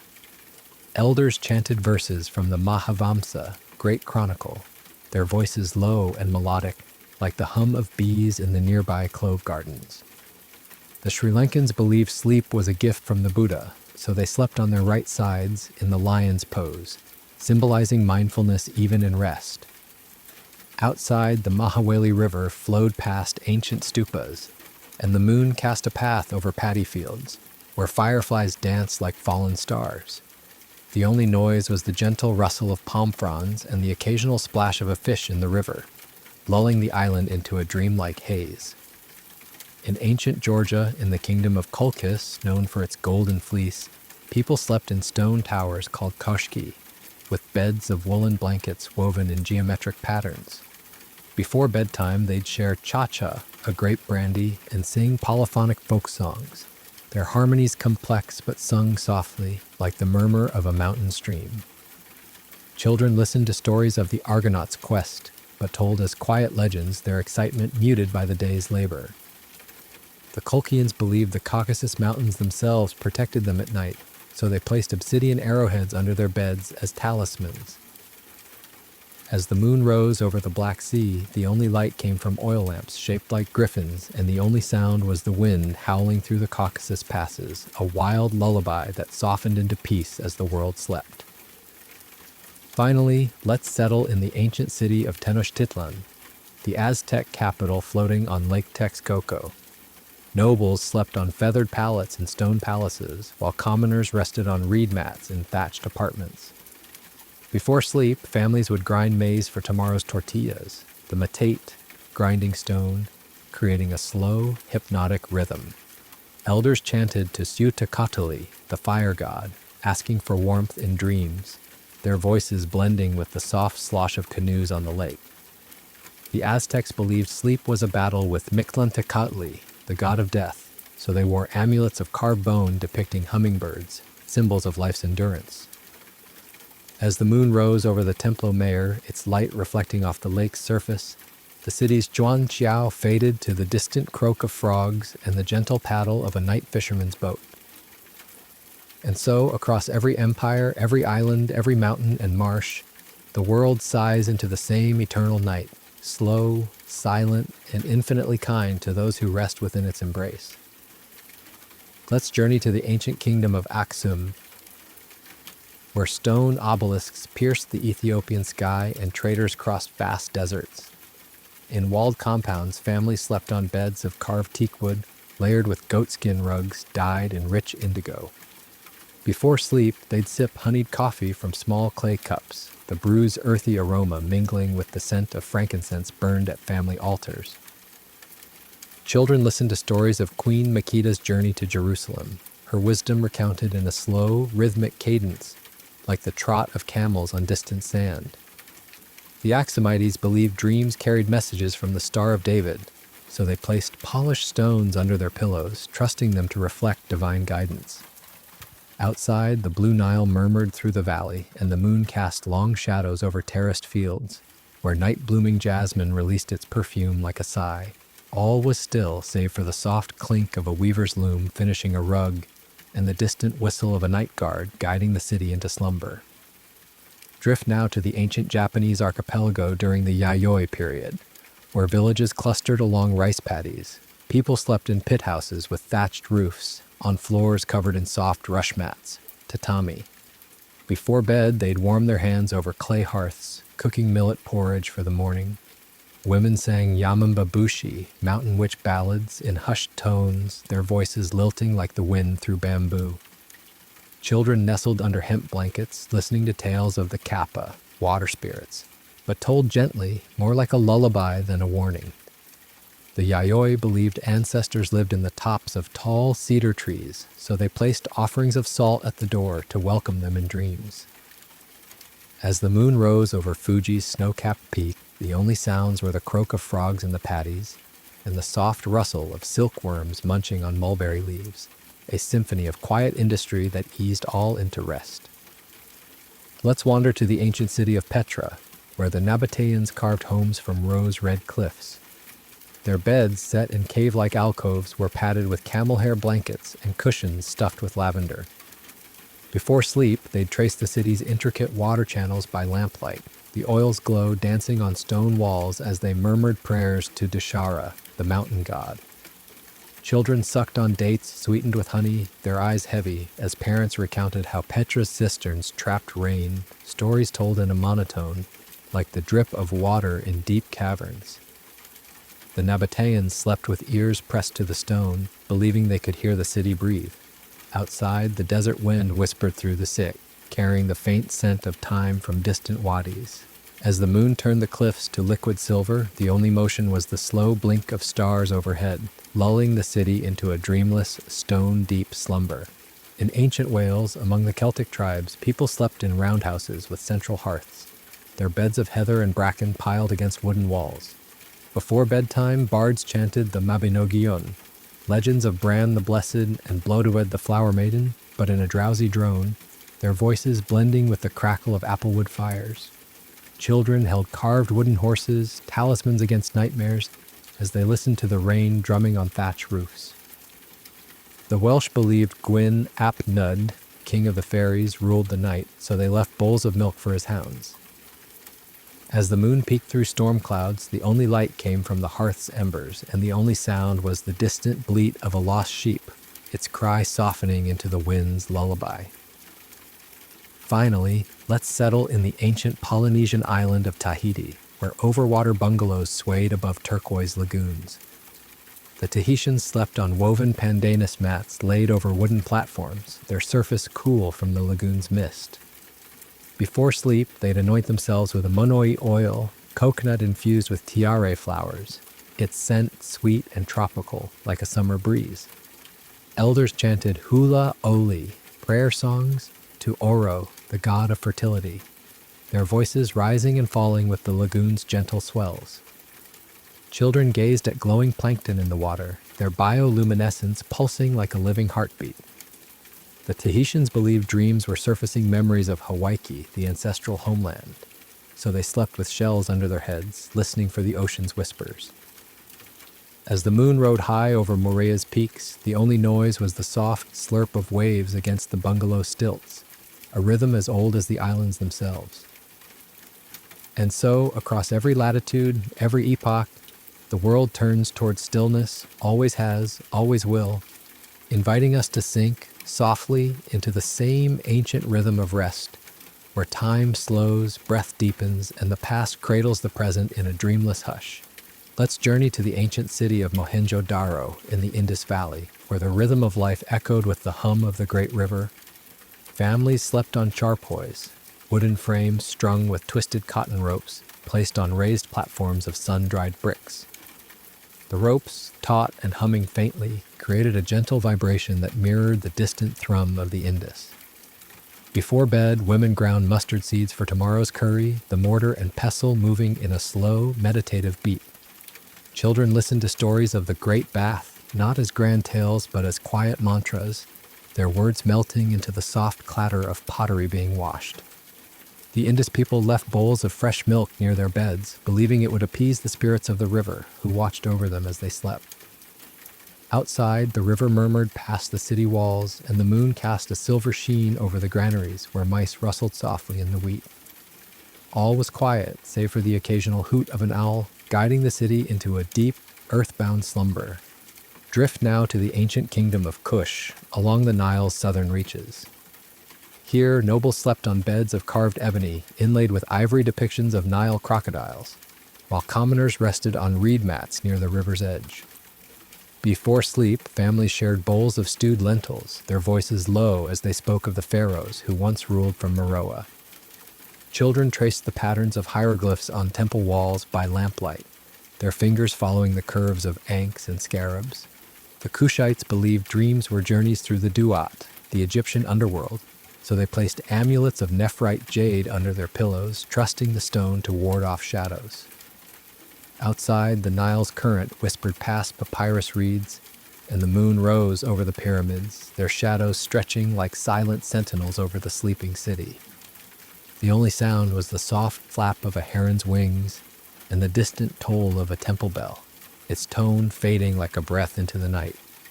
Let's wander to the ancient Maya city of Palenque, hidden in the Mexican lowlands. Nobles slept in stone chambers decorated with stucco reliefs of maize gods, their beds covered in jaguar pelts and cotton blankets dyed with cochineal. Commoners rested in thatched huts on mats of woven yucca scented with copal incense. Before bed, families shelled beans by the light of a single torch, the repetitive clink of pods creating a lulling rhythm. Elders told stories of the hero twins, Hunapu and Expalanque, but in hushed tones, as if the forest itself were listening. The Maya believed sleep was a descent into Xibalba, the underworld, so they placed obsidian knives near their beds, symbols of protection. Outside, the rainforest pulsed with the chirping of crickets and the distant roar of howler monkeys, their calls blending into a natural white noise that lulled the city into slumber. The moon filtered through the canopy, casting dappled light on stone carvings, where moss grew slowly like time itself. In ancient Armenia, high in the Caucasus Mountains, people slept in stone houses with thatched roofs, their beds layered with sheep's wool and blankets woven in geometric patterns. Before bedtime, families sipped tan, a tangy yogurt drink, while singing Herusak lullabies in minor keys. Children held carved wooden crosses, talismans against the mountain cold, as they listened to stories of Noah's Ark resting on Ararat. The Armenians believed the goddess Anahit visited dreams to bless the fertile, so they planted poppies by their doors, their petals closing like eyes at dusk. Outside, the wind howled through the mountains, its edge softened by the rustle of grapevines and the distant bark of a watchdog. As the moon rose over snow-capped peaks, the only light came from oil lamps shaped like eagles, and the only sound was the slow drip of melting snow, a lullaby from the ancient ice. Finally, let's settle in the ancient city of Chang'an during the Tang dynasty, where the Silk Road's last echoes lingered. Noble families slept in beds, canopied with silk embroidered with phoenixes, filled with down from migratory geese. Commoners rested on brick kang beds, heated by kitchen flues, covered in quilts dyed with safflower and indigo.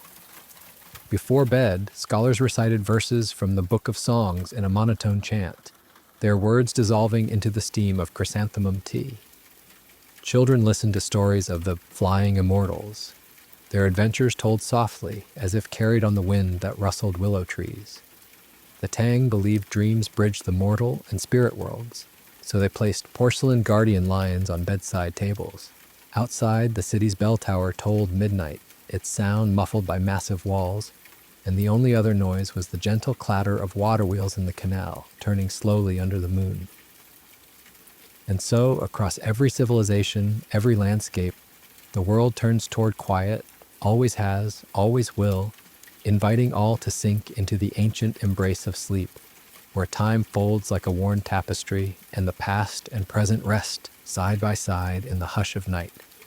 Let's journey to the ancient city of Urartu, nestled in the Armenian highlands, where fortified citadels overlooked vast valleys. The Urartians slept on wooden platforms layered with felt made from sheep's wool, the fabric dyed in deep burgundy and ochre. Before bed, families gathered around hearths, roasting hazelnuts and muttering prayers to Haldi, the storm god, their voices as steady as the mountain streams. Children traced cuneiform inscriptions on stone walls by lamplight, their fingers following tales of kings and conquests told not in triumph, but in a drowsy drone, like the hum of bees in summer. The Urartians believed dreams were messages from the gods, so they placed clay tablets inscribed with protective incantations under their pillows. Outside, the Euphrates River murmured past ancient dams, and the moon cast long shadows over terraced vineyards, where night-blooming jasmine released its scent like a silent benediction. All was still, save for the soft clink of a shepherd's crook and the distant whistle of a night watchman, guiding the citadel into a deep, stone-sheltered slumber. Drift now to the ancient Korean kingdom of Baekje, where rice paddies stretched to the horizon and pagodas dotted the landscape. People slept in wooden houses with ondol-heated floors covered in thick quilts made from hemp and cotton. Before bedtime, women prepared mugwort rice cakes, their gentle kneading creating a rhythmic thump that lulled children. Elders told stories of the sea dragon king, his watery realm described in soft, lilting tones, like the lap of waves on the Han River. The Baekje believed ancestors resided in the ginkgo trees that lined village roads, so they placed offerings of salted fish at the base of ancient trunks. As the moon rose over the Taebaek Mountains, the only sounds were the croak of frogs in the paddies and the distant toll of a bronze bell, its echo fading like a memory into the night. Let's wander to the ancient island of Crete during the Minoan civilization, where palaces like Knossos echoed with the murmur of the Aegean. Commoners rested on reed mats in thatched huts, the air scented with olive oil and thyme. Before sleep, families shared pitchers of wine, their voices blending with the soft strumming of a lyre. Children listened to stories of the Minotaur, but told not as horror but as a gentle caution, their words melting into the rhythm of the sea. The Minoans believed dreams were gifts from the goddess Ariadne, so they left balls of thread by their beds, trusting her to guide them through the labyrinth of slumber. Outside, the waves lapped against the shore, and the moon rose over the palace's bull-leaping courts, casting shadows that danced like silent specters. The only noise was the rustle of olive leaves and the distant call of a night heron, lulling the island into a dreamlike peace.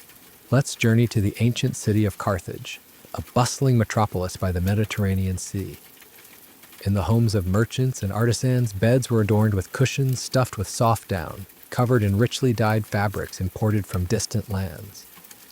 The wooden frames were carved with intricate patterns of dolphins and palm trees, a nod to the city's maritime prowess and the fertile landscapes that surrounded it.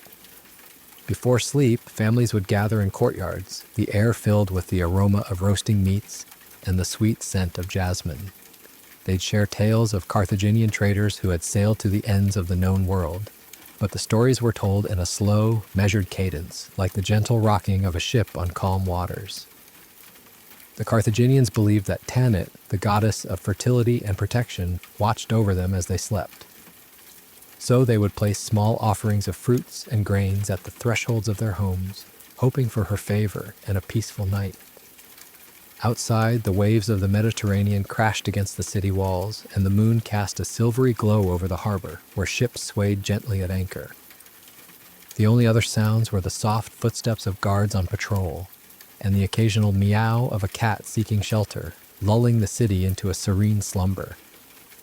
Drift now to the ancient land of the Celts in Britain, where in small villages nestled among rolling hills, life moved at a leisurely pace. The Celts slept in roundhouses with thatched roofs, their beds made of straw mattresses covered with sheepskins. The warmth and comfort of the wool were a welcome respite from the damp, cool nights. As the sun set, families would gather around the central hearth, the fire crackling and casting a warm, orange glow. They'd drink mead from wooden cups and listen to the bards recite tales of heroes and mythical creatures. But as the night grew late, the stories became slower, the voices softer, until they were nothing more than a gentle murmur. The Celts believed that the spirits of the forest and the ancestors watched over them during sleep. They would place iron objects under their beds, for iron was thought to have the power to repel evil spirits. Outside, the wind whistled through the trees, and the moon illuminated the ancient stone circles that dotted the landscape. The soft bleating of sheep in the nearby pastures and the hoot of an owl in the distance added to the peaceful ambiance, as the Celtic villages sank deeper into the embrace of sleep. Let's wander to the ancient civilization of the Indus Valley, where in cities like Harappa, order and harmony reigned. The Indus people slept on charpoys, their woven ropes providing a firm yet comfortable surface. The homes were built with precision, and the courtyards were filled with the soothing sounds of water flowing in small channels. Before bedtime, families would engage in quiet activities, perhaps weaving or pottery making. The children would listen to stories of the great Indus gods, their tales told in a calm, almost hypnotic voice. The Indus Valley inhabitants believed that dreams were a way to communicate with the divine. They would leave small bowls of milk and grains as offerings, hoping for guidance and protection in their slumber. Outside, the Indus River flowed steadily, and the moonlit streets were silent, save for the occasional scurrying of a small animal. The city seemed to hold its breath as everyone surrendered to the peaceful embrace of the night. In ancient China, during the Han Dynasty, in grand palaces and simple cottages alike, people prepared for sleep in their own ways. The wealthy slept on beds of carved wood, adorned with silk canopies and soft pillows. The common folk rested on brick platforms covered with straw mats and cotton quilts. As evening fell, the air was filled with the scent of burning incense, made from a blend of herbs and spices. Families would gather to read classical texts or tell stories of the great emperors and sages. The words would flow slowly, like a gentle stream, lulling everyone into a state of relaxation. The Chinese believed in the importance of a harmonious sleep, as it was seen as a time for the body and mind to rejuvenate. They would often practice meditation or gentle stretching before bed to calm their thoughts.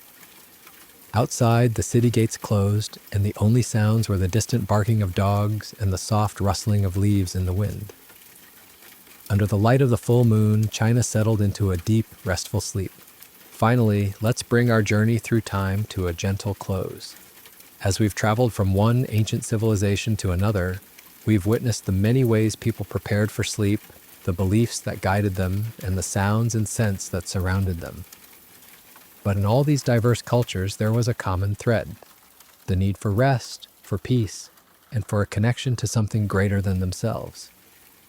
Now, as you lie here, let the stories of these ancient sleepers wash over you. Feel the soft textures of their bedding, smell the lingering scents of their rituals, and listen to the echoes of their lullabies. Just as they found comfort and solace in the embrace of the night, so too can you. Let go of the worries of the day, let your breathing slow and sink deeper and deeper into a peaceful slumber. For in this quiet moment, you are part of this timeless tradition, connected to all those who have come before, and who have found rest in the arms of the night. Sleep well, and may your dreams be filled with the gentle whispers of history.